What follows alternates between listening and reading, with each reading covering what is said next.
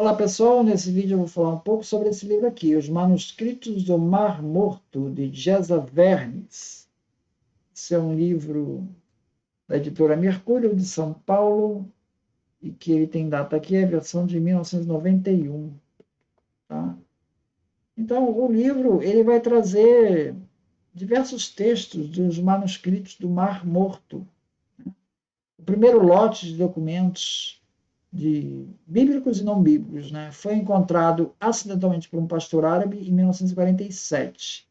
Depois, novos textos foram encontrados entre 52 e 56 em mais cavernas que foram localizadas. E, finalmente, em 1967, foi encontrado um pergaminho gigantesco, né? Pergaminho do templo. Surgiu, totalizando aí milhares de documentos, fragmentos encontrados em várias cavernas e que formam um corpo literário denso, abrangendo a Bíblia hebraica e outros escritos religiosos e obras da própria seita de Qumran, dos essênios. Textos incluem quase toda a Bíblia hebraica, né, com exceção do livro de Esther, e esses textos acabam sendo 1000 anos mais antigos do que o mais velho texto em hebraico existente. Né? Os textos em hebraico eles datavam do século X. E com Han, temos a Bíblia hebraica já aí no ano menos 60, né? Ou melhor, 60, né? Que a seita dos essênios foi dizimada com a Primeira Guerra Judaica. Então, esses textos eles foram escondidos, né? Os essênios viram que a guerra ia acontecer, eles esconderam esses textos nas grutas lá do Mar Morto, numa área inacessível, esperando voltar para pegar esses textos, mas pelo jeito não voltaram porque todos morreram na guerra. E isso ficou perdido lá, numa área inacessível. Foi descoberto por uma cabra, que a cabra vai trepando em tudo quanto é lado, né? Ela subiu e acabou se enfiando numa daquelas cavernas ali. O pastor foi atrás da cabra para ver onde é que ela estava e acabou descobrindo manuscritos. Tá? O filósofo judeu do primeiro século, Filon de Alexandria, historiador Flávio Joséfo e o geógrafo naturalista Plínio o Velho, todos eles falam da seita de Qumran. Então a gente já conhecia essa seita de Qumran. Né?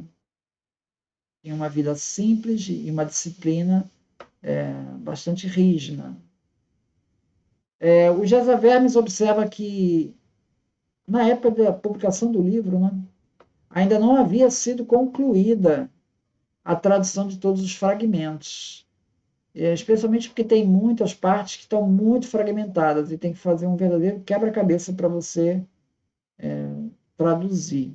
Então, os mais problemáticos são os da Gruta 4 de Qumran. Então, se você vê os textos mais recentes, né, são os da Gruta 4. Na comunidade essênia não havia propriedade privada, tá? E os conhecimentos, poderes e pertences eram todos compartilhados. Aquele que escondesse parte de suas posses era excluído da pureza por 1 ano e tinha sua cota de alimentos reduzida de 1/4. O neófito da seita dos essênios tinha que entregar seu dinheiro e pertence ao tesoureiro da congregação. No deserto de Qumran, os homens da fraternidade essênia viviam em reclusão e não frequentavam o templo de Jerusalém. Nas cidades podiam-se encontrar sectários essênios, então não era só lá recluso que viviam os essênios, também tinha essênios na cidade, mas eles viviam sectários, né? Quase que em guetos, né?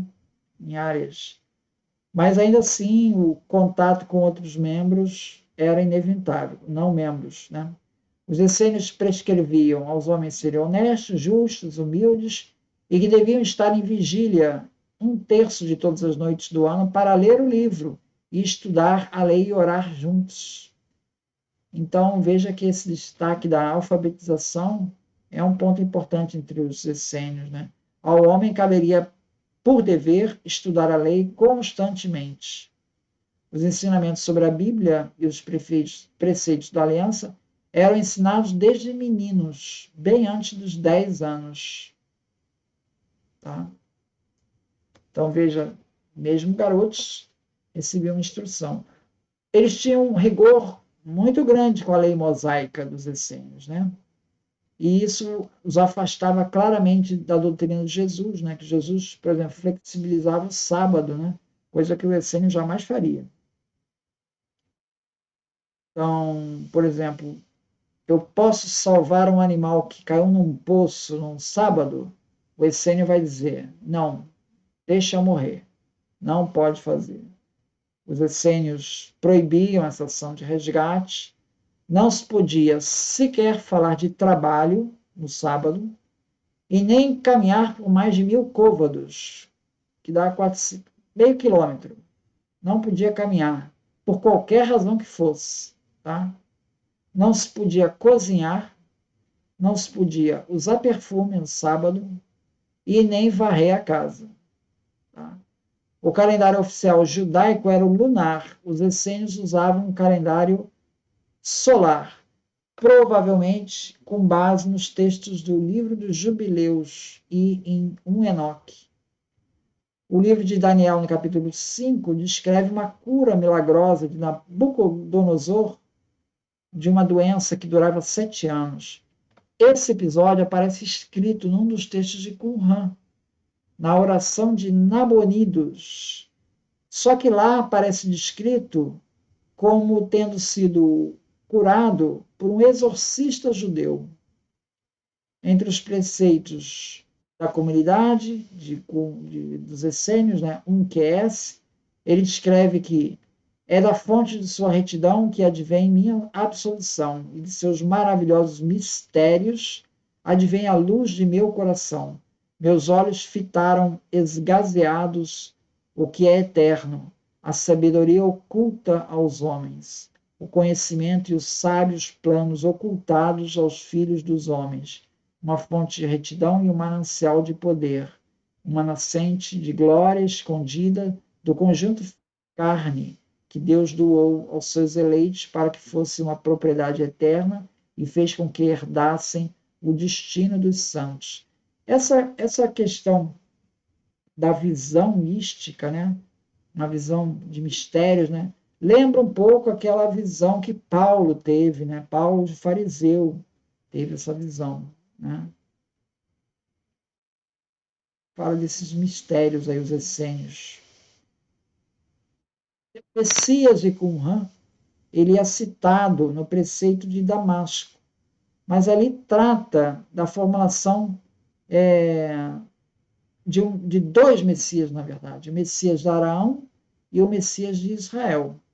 O Messias sacerdotal, o príncipe de Melquisedeque, ele recompensa os justos e executa a vingança dos julgamentos de Deus.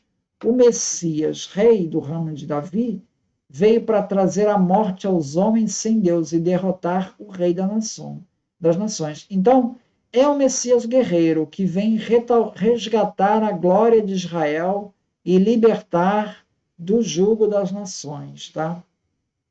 O Messias de Araão, por sua vez, seria o último mestre, aquele que ensinará a retidão no final dos tempos, segundo o preceito de Damasco.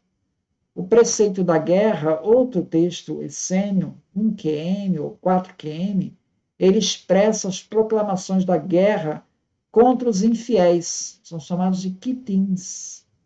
Então diz assim, nas trombetas do massacre usada pelas tropas, deverá estar escrito, a poderosa mão de Deus na guerra causará a guerra de todos os ímpios sem Deus. Os sacerdotes irão tocar as trombetas para as 3 divisões de infantaria, para se dirigirem até a batalha, até que haja investido 7 vezes contra o inimigo. Derrubadas as nações, teus adversários, e rasga a carne do pecador com a tua espada. Por isso sua espada está sempre desembainhada para massacrar sem piedade as nações. Então, essa é a perspectiva do messianismo essênio, tá? Que não tem nada a ver com o messianismo de Jesus. Muito obrigado, então.